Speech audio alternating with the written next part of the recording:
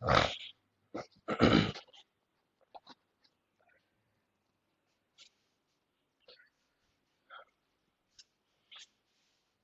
Morning everyone, नमस्कार। Please मुझे बता दीजिए, लास्ट क्लास में हमने कहाँ तक पढ़ लिया था, उसके आगे से कंटिन्यू करते हैं।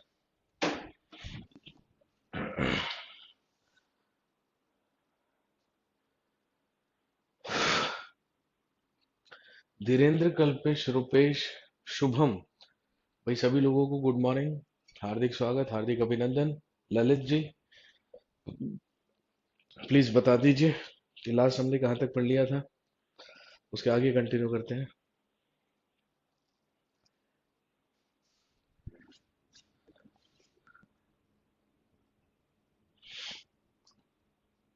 ओके, हमने पढ़ लिया था द रिवोल्ट ऑफ 1857, 1857 का विद्रोह। ठीक है भाई, आगे बढ़ते हैं। बात करते हैं मराठास एंड पेशवास के बारे में। और दोस्तों, हम सब जानते हैं मराठा एम्पायर की स्थापना करने वाला था Shivaji.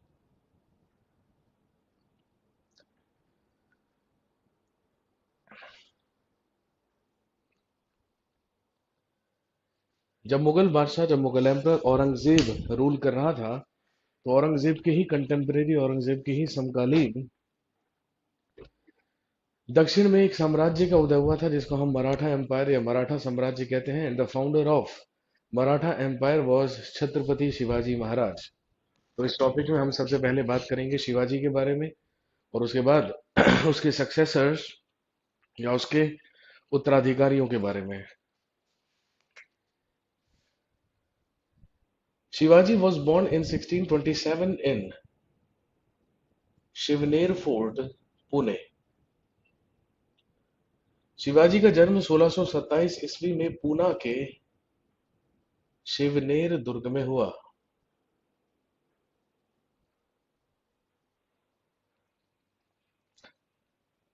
His father was Shahaji Bhosle. इसके पिता का नाम था Shahaji Bhosale. And his mother was Jijabai, और इसकी माता का नाम जीजाबाई था। His father was Shahaji Bhosle and his mother was Jijabai. His religious teacher या इसके आध्यात्मिक गुरु हुए Ramdas. Shivaji got his primary education Shivaji got his primary education from his grandfather Konddev. Shivaji ने अपनी प्रारंभिक शिक्षा अपने दादा कोणदेव से प्राप्त की। और ध्यान रखेंगे, Shivaji did his first attack in 1646 on तोरण फोर्ट। शिवाजी ने अपना पहला आक्रमण तोरण के किले पर किया, और तोरण के किले पर ही अधिकार किया। चाय नहीं, बस पानी चाहिए। पानी अभी रखा है ना? ठीक है, ठीक है। शिवाजी ने अपना पहला आक्रमण तोरण के किले पर किया, और तोरण के किले पर ही जाकर अधिकार कर लिया।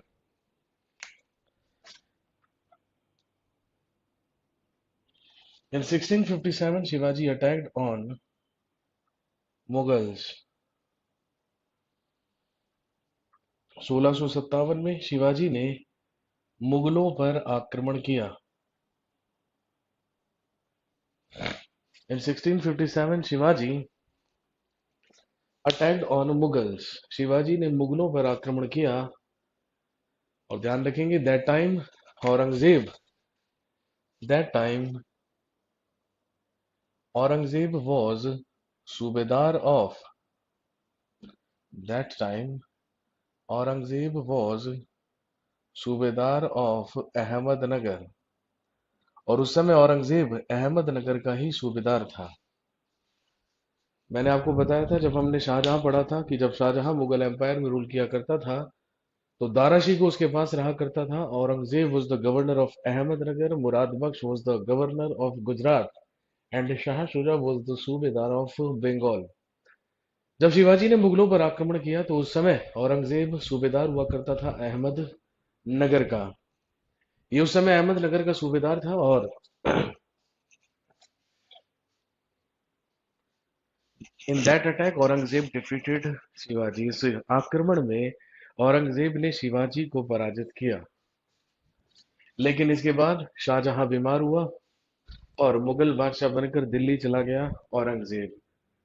और उसका जो ध्यान था वो दक्षिण भारत से हटा और कहाँ लग गया, उत्तर भारत में। इसीलिए शिवाजी को मौका मिला दक्षिण भारत में अपने साम्राज्य का विस्तार करने का और अपने एम्पायर को एक्सपेंड करने का। इसीलिए शिवाजी ने एक एक करके मुगलों के 21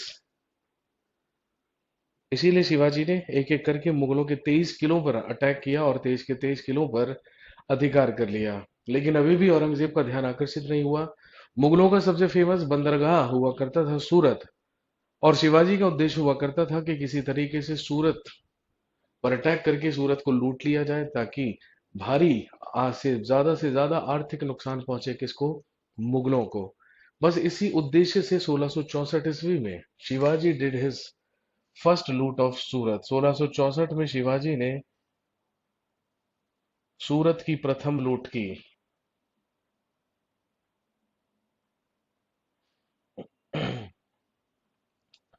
शिवाजी डिड हिज फर्स्ट लूट ऑफ सूरत।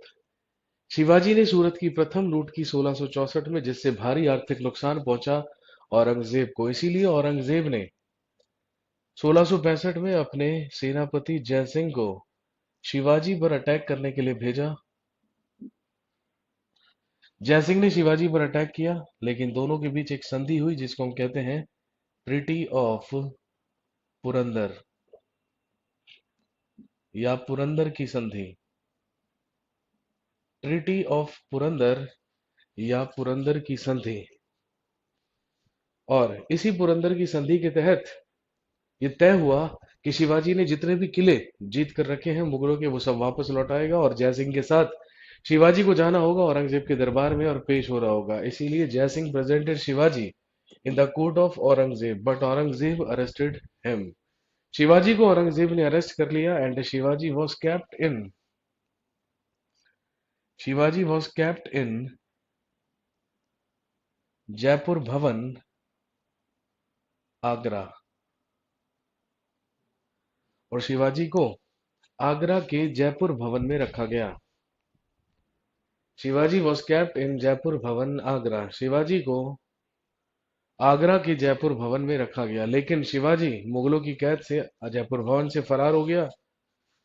और जाकर 1670 में शिवाजी ने की सूरत की दूसरी लूट, सेकंड लूट ऑफ सूरत।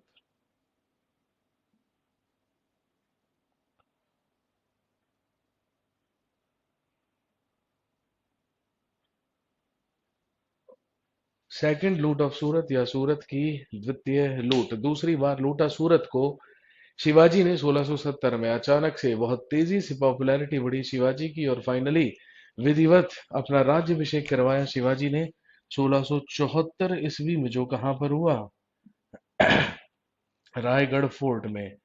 ये मराठा एम्पायर में रूल कर रहा था, लेकिन इसने विधिवत अभी तक अपना राज्यभिषेक नहीं करवाया था, जो उसने करवाया 1674 ईस्वी में।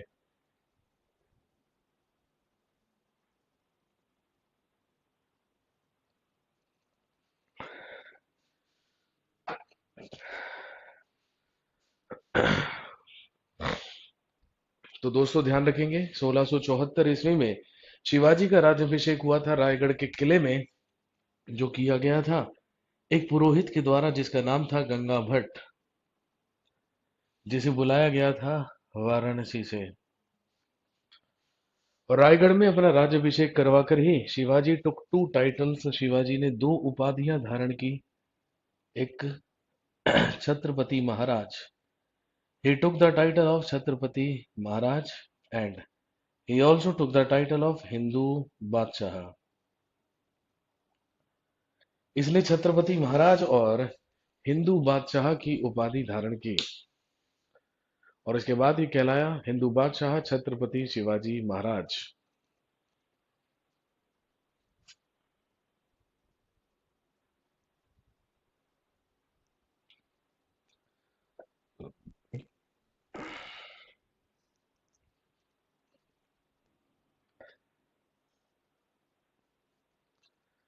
इसके बाद इन 1678 शिवाजी फाउंडेड अ नेवी। 1678 ईस्वी में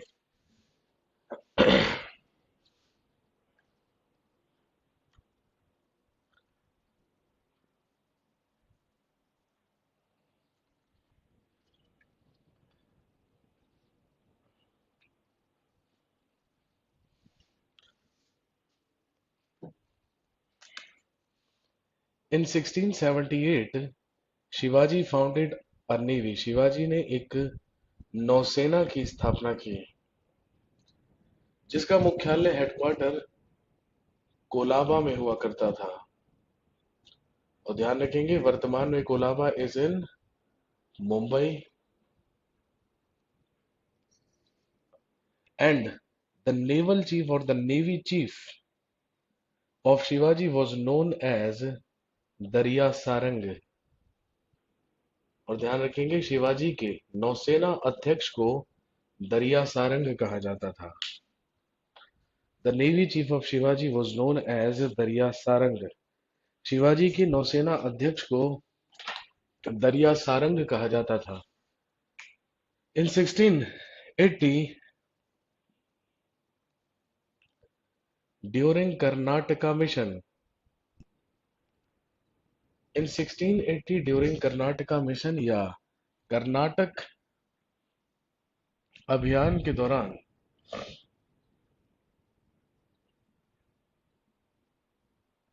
शिवाजी डाइड। शिवाजी की मृत्यु हुई। 1680 में जब शिवाजी कर्नाटक अभियान पर गया तो कर्नाटक अभियान के ही दौरान डेथ हुई शिवाजी की।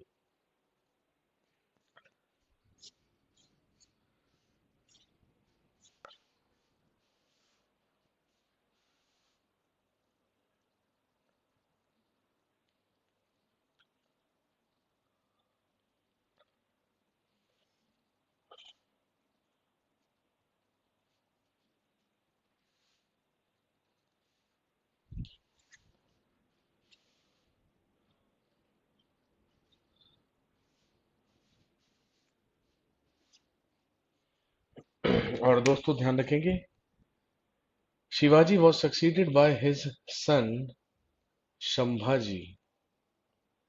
शिवाजी का उत्तराधिकारी इसका पुत्र संभाजी हुआ 1680 से लेकर 1689 तक।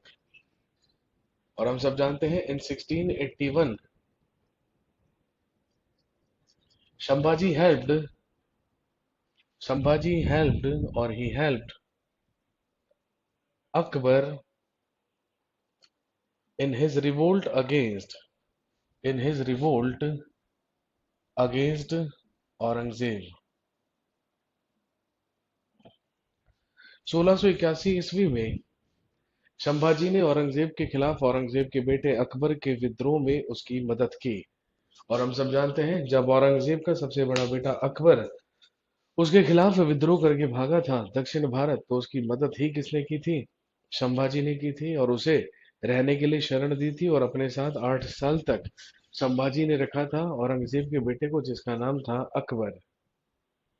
लेकिन जब 1682 में औरंगजेब अपने दक्षिण भारत अभियान पर गया तो इसी दक्षिण भारत अभियान पर औरंगजेब ने पहले बीजापुर और फिर गोलकुंडा दो सूबों को ऐड करके मुगल साम्राज्य में मिलाया और इन दोनों सूबों को मुगल साम्राज्य में मिलाने के बाद ही अटैक्ड ऑन संभाजी। उसने संभाजी पर ही आक्रमण किया और जब संभाजी पर आक्रमण किया तो उसने संभाजी की हत्या कर दी और संभाजी की पत्नी येसुबाई और उसके बेटे शाहू को गिरफ्तार कर लिया। हमने पढ़ा भी था औरंगजेब पे मैंने आपको बताया था कि Aurangzeb arrested his wife Yesubai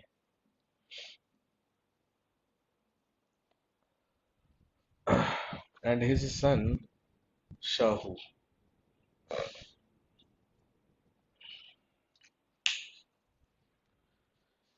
इसने संभाजी की पत्नी येसुबाई को और उसके बेटे शाहू को गिरफ्तार कर लिया। संभाजी मारा गया इसीलिए सबसे बड़ा सवाल ये उठा कि अब मराठा साम्राज्य में अगला रूलर कौन बनेगा क्योंकि संभाजी का उत्तराधिकारी औरंगजेब के द्वारा गिरफ्तार कर लिया गया था, इसीलिए मराठा साम्राज्य का डिवीजन हुआ, विभाजन हुआ, और इसी संभाजी का भाई अगला मराठा रूलर बना, किस नाम से? बाय द नेम ऑफ राजा राम। इसका नाम था राजा राम। और 1689 से लेकर 1700 तक अगला मराठा रूलर रहा राजा राम। 1689 से लेकर 1700 तक अगला मराठा रूलर बना राजा राम।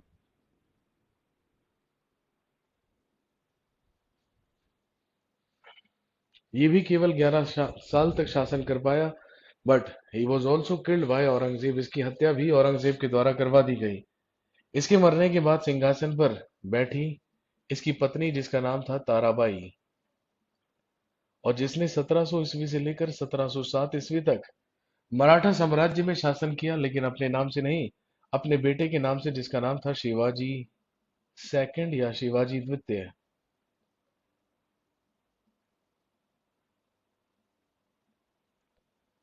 शिवाजी सेकंड या शिवाजी द्वितीय।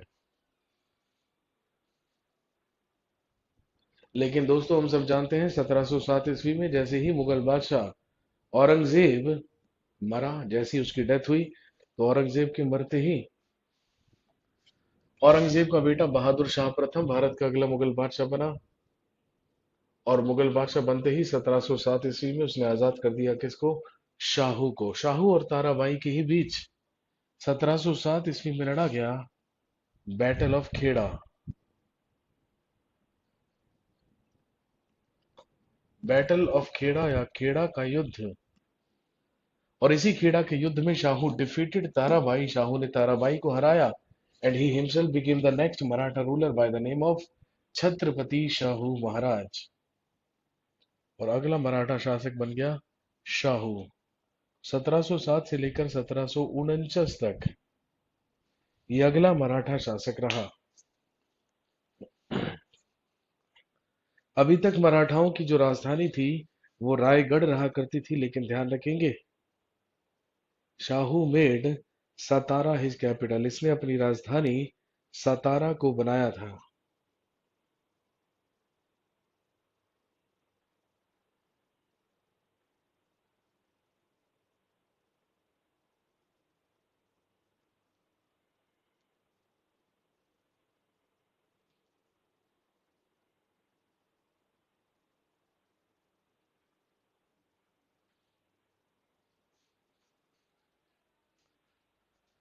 शाहू आया 1707 से लेकर 1749 तक, जिसने अपनी राजधानी को शिफ्ट किया सतारा। अभी तक रायगढ़ मराठाओं की राजधानी हुआ करती थी, इसने सतारा को अपनी राजधानी बनाया। 6 साल तक शासन किया शाहू ने, लेकिन 6 साल के बाद इसने पेशवाई सिस्टम या पेशवाई प्रथा शुरू की, और ये डिसाइड किया कि जो मराठाओं का शासन है वो अब मराठा शासक नहीं, बल्कि मराठाओं के प्रधानमंत्री चलाएंगे। और मराठाओं के प्रधानमंत्रियों को क्या कहा जाता था? पेशवा कहा जाता था। इसीलिए इसने डिसाइड किया कि मराठाओं का शासन पेशवाओं के द्वारा चलवाया जाएगा। इसीलिए ही appointed his first Peshwa to Balaji Vishwanath. इसने अपना प्रथम पेशवा बालाजी विश्वनाथ को बनाया।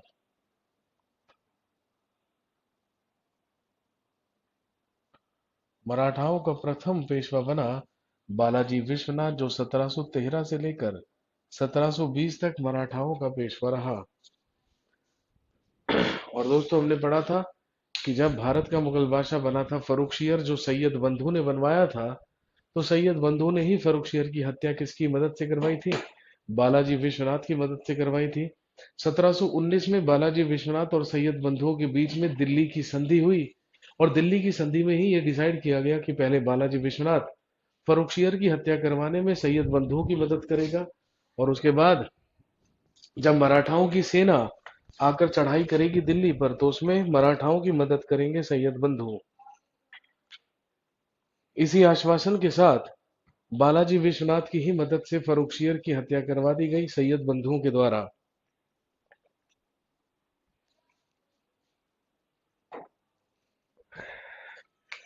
लेकिन जब भारत का मुगल बादशाह बना मोहम्मद शाह, तो मोहम्मद शाह के ही द्वारा निजाम उल मुल्क की मदद से सैयद बंधु की भी हत्या करवा दी गई, जिस बात से बेहद दुखी हुआ बालाजी विश्वनाथ, और 1720 में इसकी डेथ हो गई। इसके मरने के बाद इसका बेटा अगला पेशवा बना, जिसका नाम था बाजीराव फर्स्ट या बाजीराव प्रथम। बाजीराव फर्स्ट या बाजीराव प्रथम, जो 1720 से लेके 1740 तक मराठाओं का दूसरा पेशवा रहा। He was the greatest Peshwa of Marathas. मराठाओं का सबसे महान पेशवा यही था। 20 साल तक इसने शासन किया, जिसमें इसने 40 बैटल लड़े और 40 के 40 बैटल जीते भी। और इसका सबसे फेमस बैटल है 1729 में इसने लड़ा था बैटल ऑफ पालखेड़ा। पालखेड़ा का युद्ध।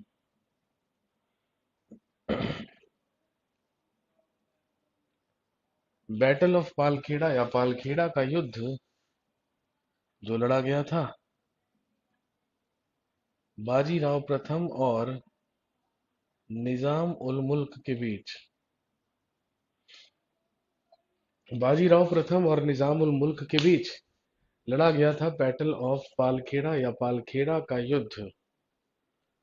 और ध्यान रखेंगे, इसी युद्ध में सबसे बड़ी लूट की थी बाजीराव प्रथम ने,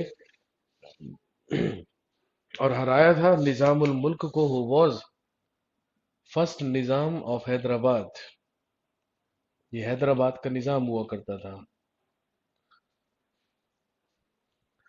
1740 ईस्वी में मरा बाजीराव प्रथम, और बाजीराव प्रथम के मरने के बाद इसी का दत्तक पुत्र, गोद लिया हुआ बेटा मराठाओं का अगला पेशवा बना, जिसका नाम था बालाजी बाजीराव।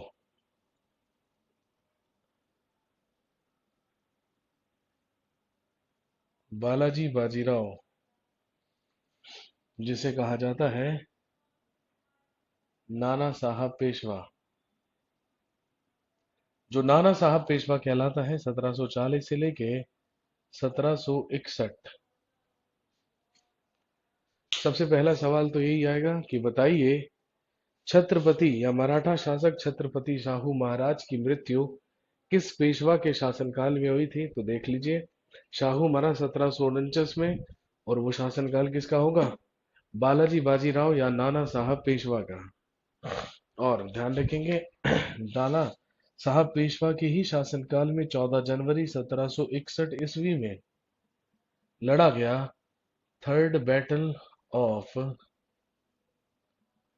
पानीपत या पानीपत का तीसरा युद्ध।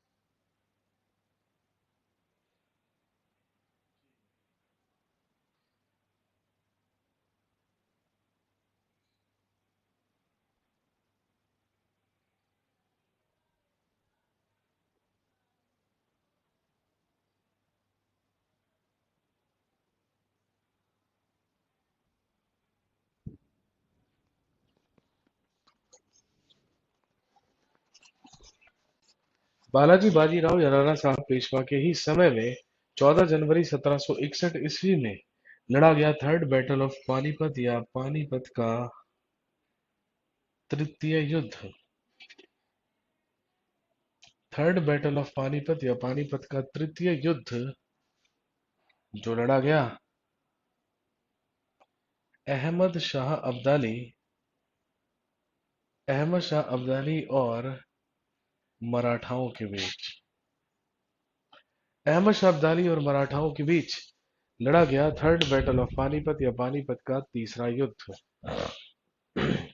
और हम सब जानते हैं इस युद्ध में अहमद शाह अब्दाली ने मराठाओं को पराजित किया था, जिसमें मराठाओं की सेना का नेतृत्व कर रहा था सदाशिवराव भाऊ।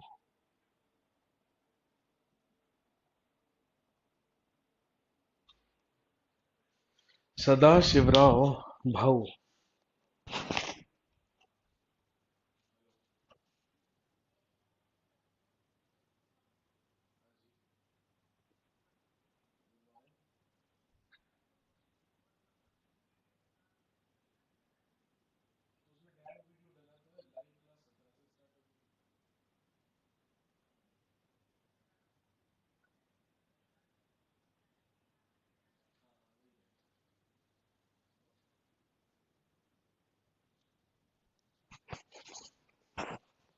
1761 में लड़ा गया पानीपत का तीसरा युद्ध, जिसमें अहमद शाह अब्दाली ने मराठाओं को पराजित किया और मराठाओं की सेना का नेतृत्व कर रहा था उनका सेनापति सदाशिवराव भाऊ।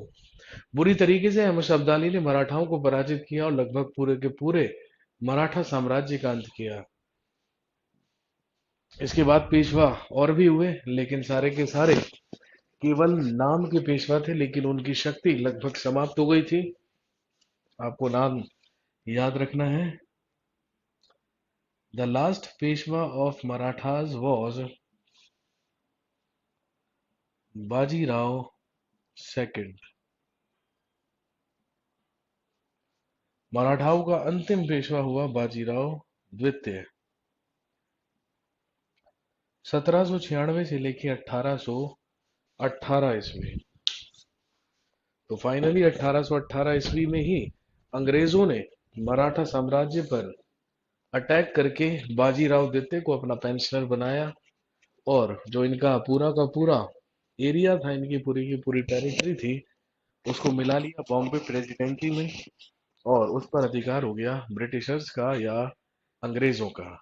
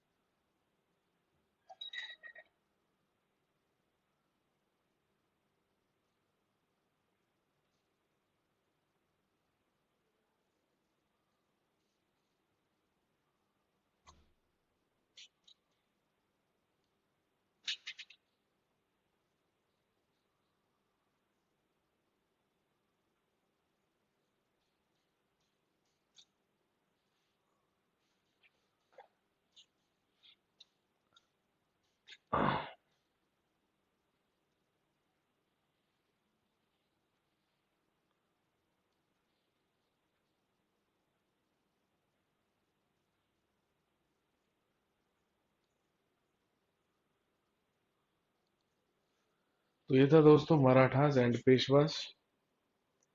1-2 मिनट का ब्रेक लेंगे, उसके बाद कंटिन्यू करेंगे, बात करेंगे अगले टॉपिक के बारे में।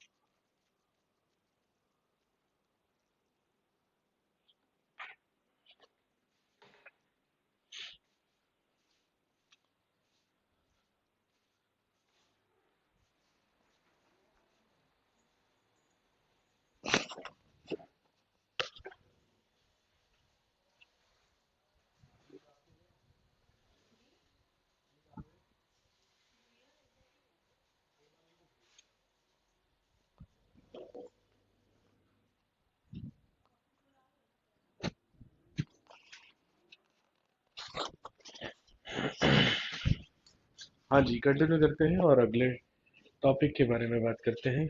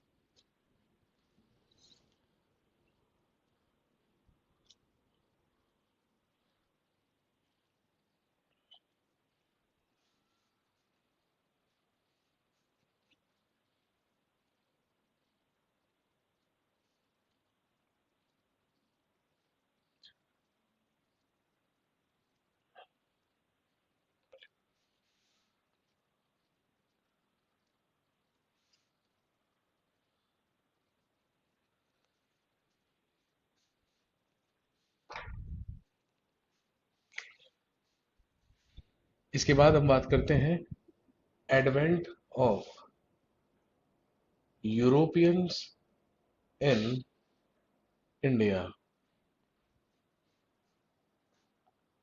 या भारत में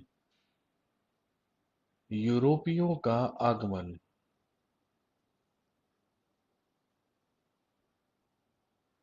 advent of Europeans in India, या भारत में यूरोपियों का आगमन।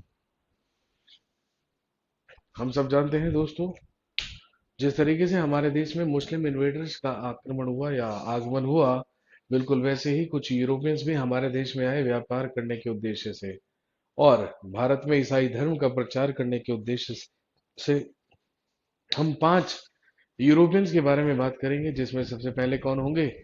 पुर्तगाली।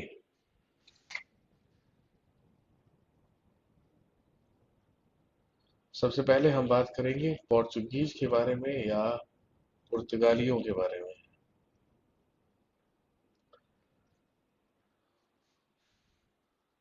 दोस्तों हम सब जानते हैं, इन 1498 1498 में Vasco da Gama Vasco da Gama was first European or was first Portuguese who arrived in India. 1498 में भारत आने वाला सबसे पहला पुर्तगाली, सबसे पहला यूरोपियन हुआ वास्को डी गामा,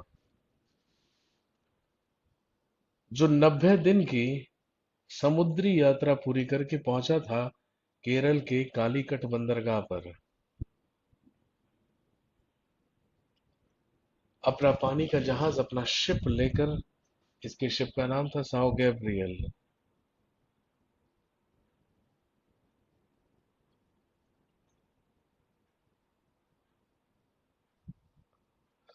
और जब ये कालीकट पहुंचा, तो कालीकट के ही एक स्थानीय शासक, एक लोकल रूलर के द्वारा इसका स्वागत किया गया। He was welcomed by a ruler named Zamorin. Zamorin नाम के ही शासक के द्वारा इसका स्वागत किया गया है। और दोस्तों ध्यान रखेंगे, 1498 में स्थापना हुई पोर्चुगीज ईस्ट इंडिया कंपनी की, या आप कह सकते हैं पुर्तगाली ईस्ट इंडिया कंपनी की।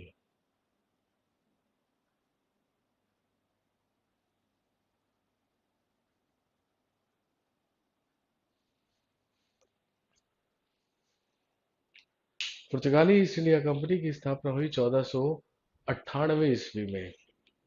1 साल तक वास्को डी गामा भारत में रहा, लेकिन अगले ही साल 1499 में वह भारत से वापस लौट गया, लेकिन अपने साथ भारत से लेकर गया ब्लैक पेपर या काली मिर्च।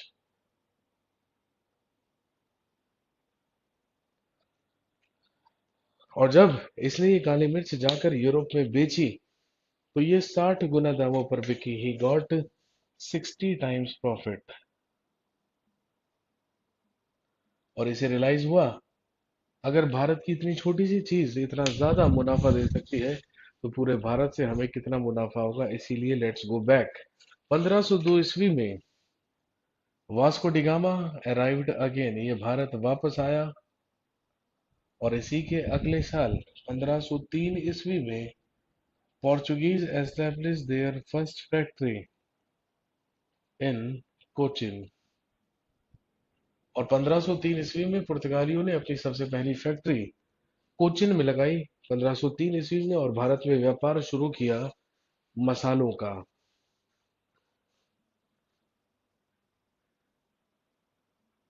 1505 से 1509 तक पुर्तगालियों का सबसे पहला गवर्नर बनकर आया Francisco de Almeida.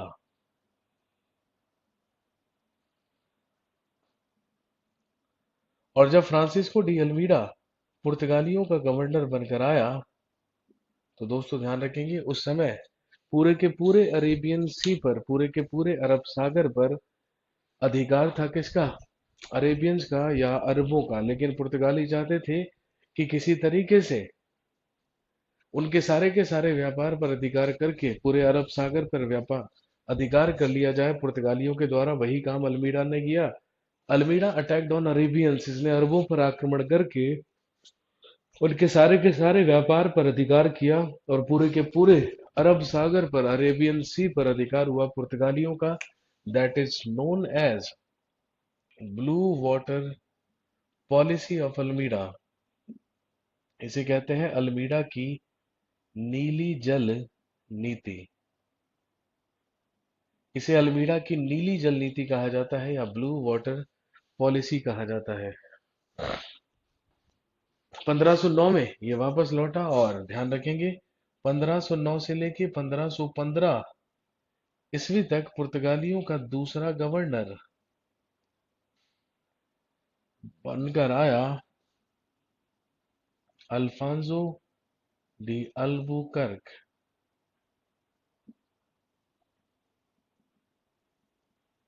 Alphonso de Albuquerque, ये पुर्तगालियों का दूसरा गवर्नर बनकर आया, जिसे एक्चुअल फाउंडर माना जाता है पोर्चुगीज एम्पायर का, या पुर्तगाली साम्राज्य का वास्तविक संस्थापक ही कहलाता है अल्फांसो डी अल्बुकर्क। 1509 ईस्वी में he made Cochin his capital, इसने कोचिन को अपनी राजधानी बनाया। और अगले ही साल 1510 ईस्वी में he attacked on Adil Shah of Bijapur. 1510 ईस्वी में इसने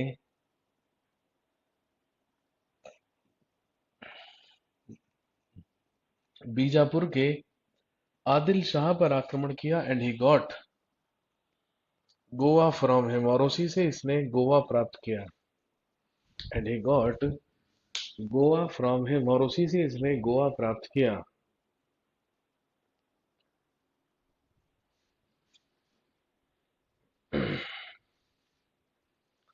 1515 ईस्वी में अल्फांसो डी अल्बुकर्क की डेथ हो गई। इसके बाद पुर्तगालियों का तीसरा गवर्नर 1529 से लेकर 1538 तक बनाकर भेजा गया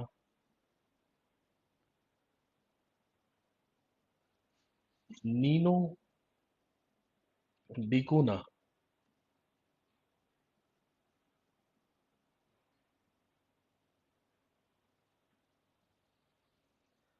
1529 से 1538 तक पुर्तगालियों का तीसरा गवर्नर बनकर आया नीनो डिकूना।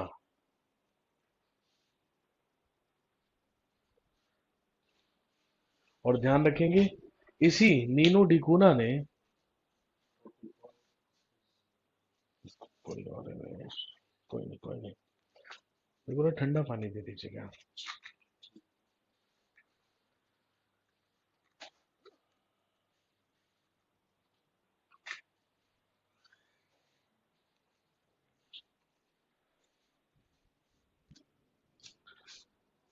जी, पुर्तगालियों का तीसरा गवर्नर बनकर आया नीनो डिकोना। और एक ही क्वेश्चन बनता है, एक ही इंपॉर्टेंट काम इसने किया। इन 1530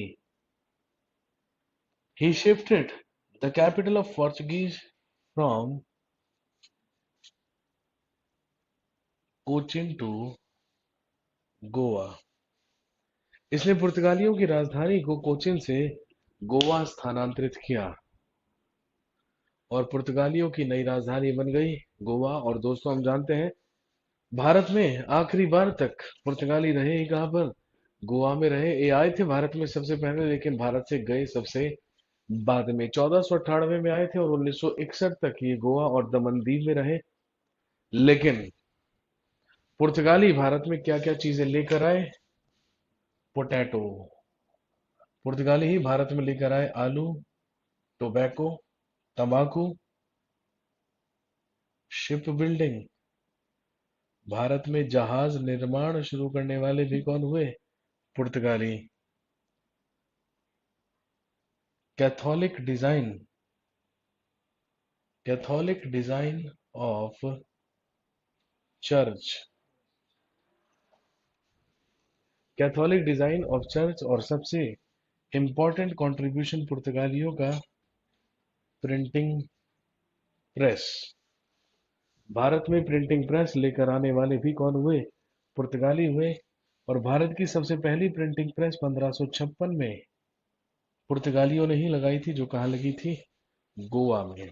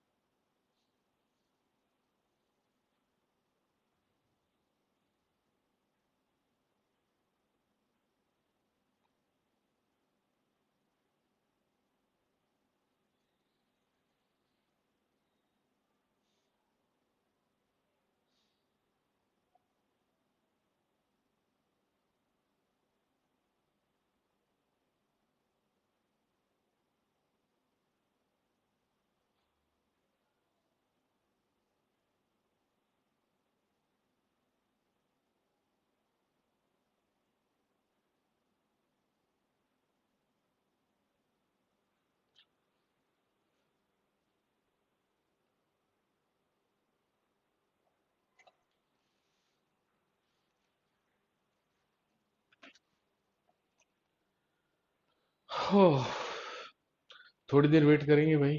अभी करता हूँ मैं स्टार्ट। आज थोड़ी सी तबीयत खराब है, इस वजह से एनर्जी नहीं है बिल्कुल भी।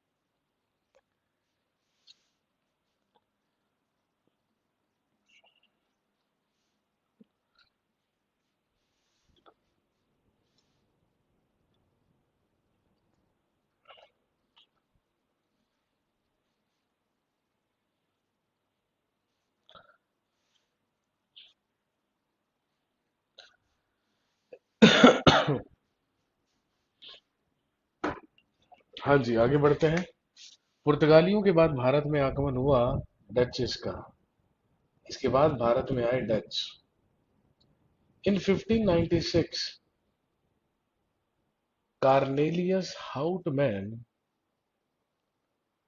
Cornelius Houtman was first Dutch who arrived in India.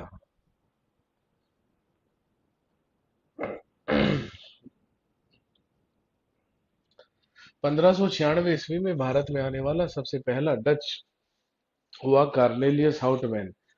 दोस्तों, हम सब जानते हैं डच कहाँ के लोग होते हैं? नीदरलैंड्स या हॉलैंड के लोग ही क्या कहलाते हैं? डच कहलाते हैं।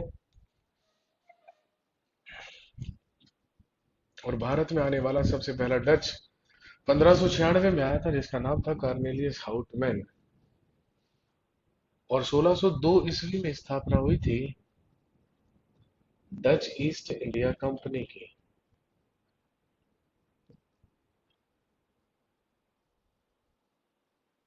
In 1605, they established their first factory in Masulipatnam.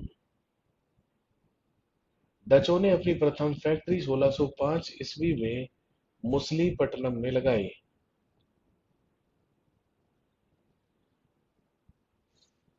Dutches established their first factory in Masulipatnam. डचों ने अपनी प्रथम फैक्ट्री 1605 ईस्वी में मुसलीपट्टनम में लगाई। And they started golden coins in India. इन्होंने भारत में स्वर्ण सिक्के चलाए। और ध्यान रखेंगे, वो स्वर्ण सिक्के जो डचेस ने चलाए उन्हें कहा जाता था पेगोडा कॉइन्स या पेगोडा सिक्के। उन्हें पेगोडा सिक्के कहा जाता था। They had two industries in India. भारत में इनके दो उद्योग हुआ करते थे। पहला कॉटन टेक्सटाइल इंडस्ट्री और दूसरा इंडिगो इंडस्ट्री, सूती वस्त्र उद्योग।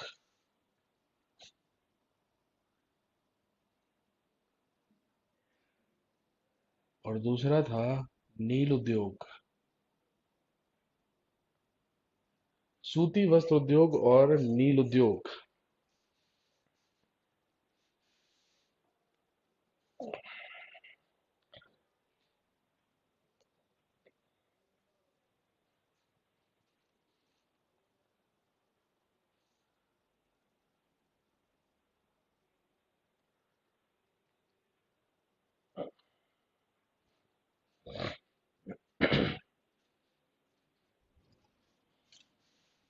क्योंकि दो महत्वपूर्ण उद्योग डचेस के पास थे भारत में, इसीलिए इन दोनों इंडस्ट्रीज पर नजर थी अंग्रेजों की। और अंग्रेज चाहते थे कि किसी तरीके से डचों पर अटैक किया जाए और इनके दोनों के दोनों उद्योगों पर अधिकार कर लिया जाए। इसीलिए 1759 में अंग्रेजों ने डचों पर अटैक किया और लड़ा गया बैटल ऑफ बेदरा। बैटल ऑफ बेदरा या बेदरा का युद्ध, जो लड़ा गया बिटवीन डचेस एंड ब्रिटिशर्स। डचों और अंग्रेजों के बीच 1759 में लड़ा गया battle of Bedara. In this battle Britishers defeated Dutches and Dutches returned to Netherlands. इस युद्ध में अंग्रेजों ने डचों को पराजित करके भारत से बाहर निकाला और डच नीदरलैंड वापस लौट गए। इसके बाद भारत में आगमन हुआ ब्रिटिशर्स का या अंग्रेजों का। और हम ऑलरेडी पढ़ चुके हैं 1599 में भारत आने वाला सबसे पहला अंग्रेज था जॉन मिल्डे नहाल।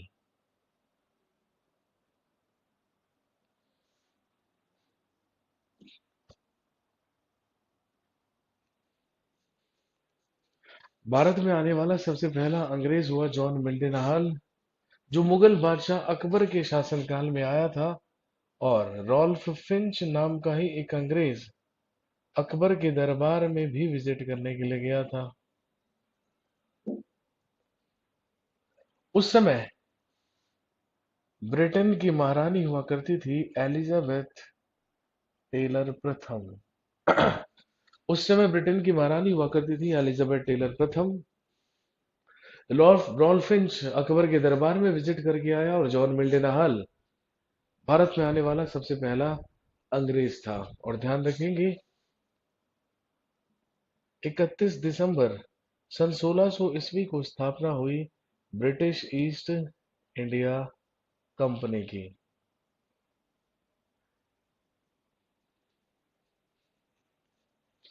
और 1608 ईस्वी में मुगल बादशाह जहांगीर के दरबार में आया कैप्टन विलियम हॉकिंस।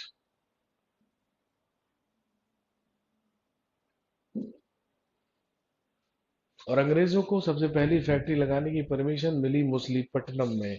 इसीलिए अंग्रेजों ने अपनी सबसे पहली अस्थायी फैक्ट्री मछलीपट्टनम में लगाई। लेकिन अंग्रेज और डचेस के बीच में विवाद हो जाने की वजह से ये परमिट कैंसिल हुआ और 1613 ईस्वी में अंग्रेजों ने अपनी सबसे पहली स्थायी फैक्ट्री स्थापित की सूरत में। और फिर 1615 ईस्वी में मुगल बादशाह जहांगीर के दरबार में आया एक और अंग्रेज जिसका नाम था Thomas Roe sir Thomas Roe.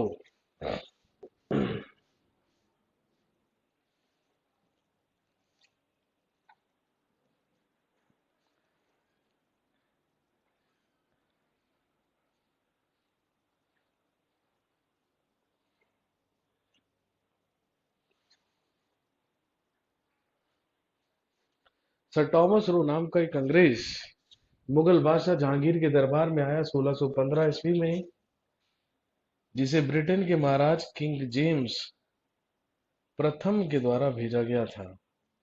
ये प्रतिनिधि था जेम्स प्रथम का।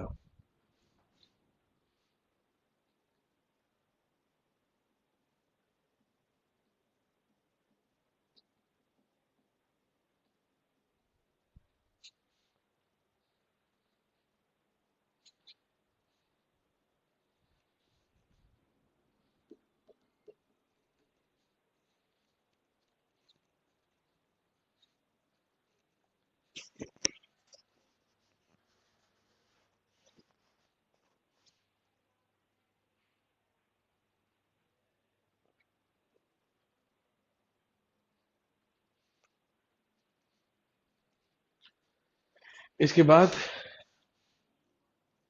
इन 1661 British Prince Charles got married to Portuguese princess Catherine Braganza।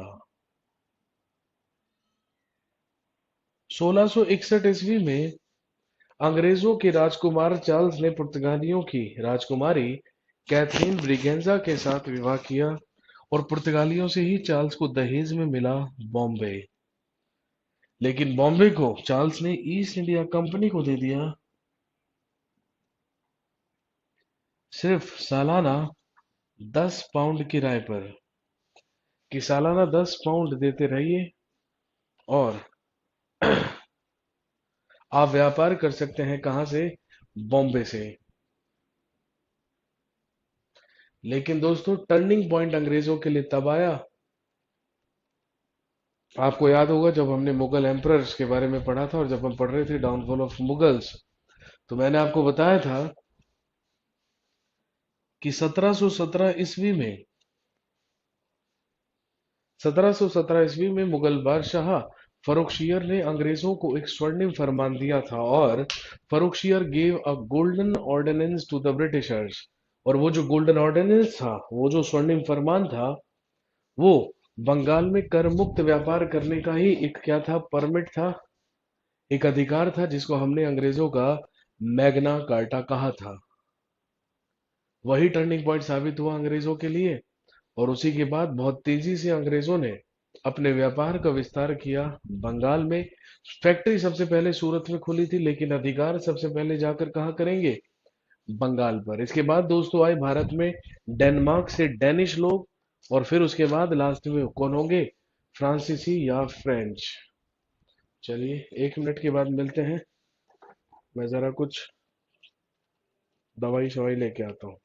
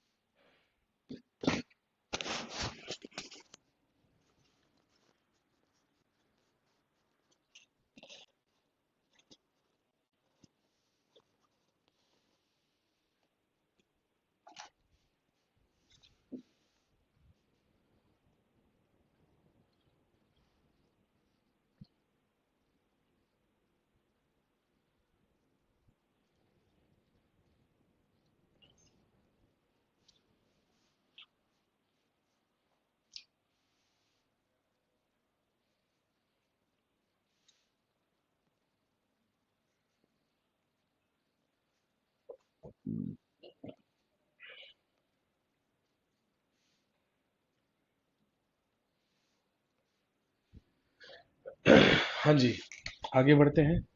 इसके बाद भारत में आगमन हुआ डैनिश या डेनमार्क के लोगों का, जिन्हें डैन या डैनिश कहा जाता है। 1616 ईस्वी में डैनिश लोग भारत आए और स्थापना हुई डैनिश ईस्ट इंडिया कंपनी की।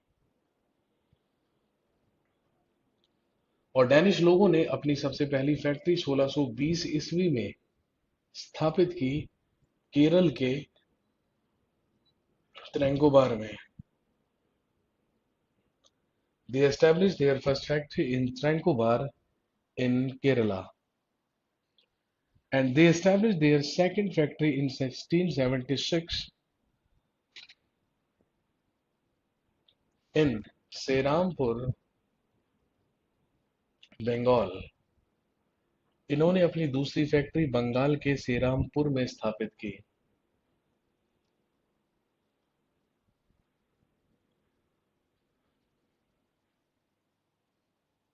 They had two trades in India, इनके भी भारत में दो व्यापार थे।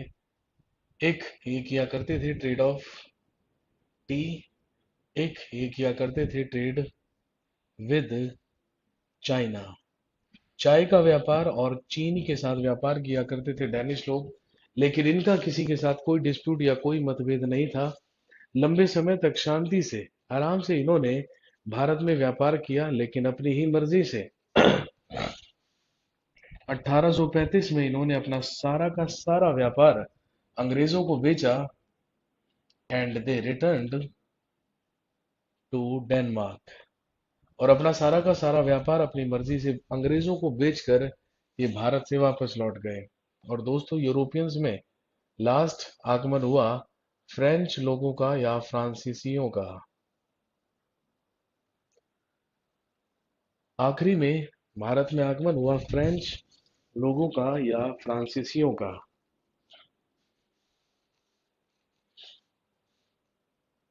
In 1664, Colbert was first French who arrived in India. Bharat में आने वाला प्रथम फ्रांसीसी कॉलबर्ट था, who was the minister of who was the minister of King Louis 14th of France, जो फ्रांस के महाराज किंग लुई 14th का एक मंत्री था।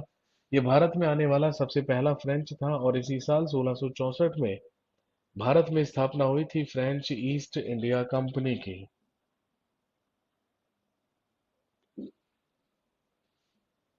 They established their first factory in 1668 in सूरत।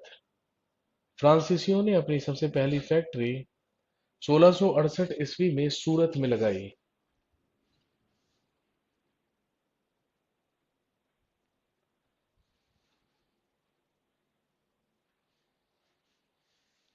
इन 1672 1672 में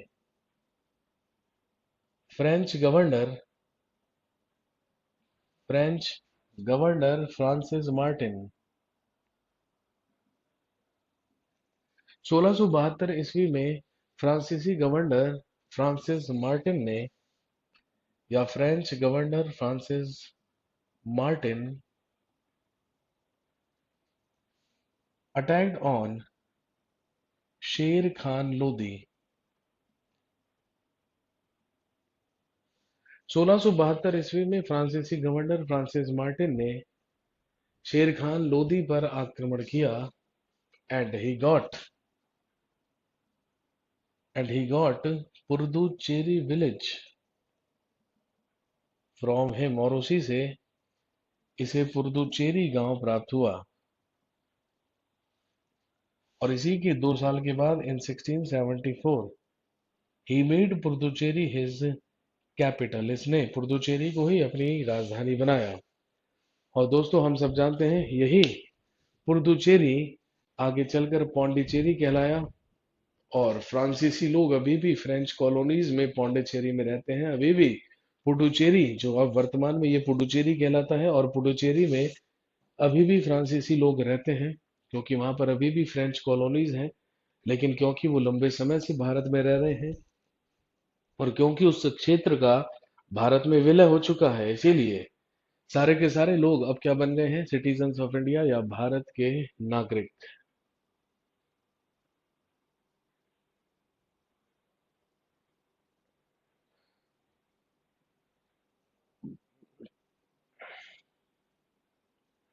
इसीलिए दोस्तों ध्यान रखेंगे, ये था भारत में आगमन यूरोपियंस का, भारत में यूरोपियों का आगमन या advent of Europeans in India. और इसके बाद हम सब जानते हैं,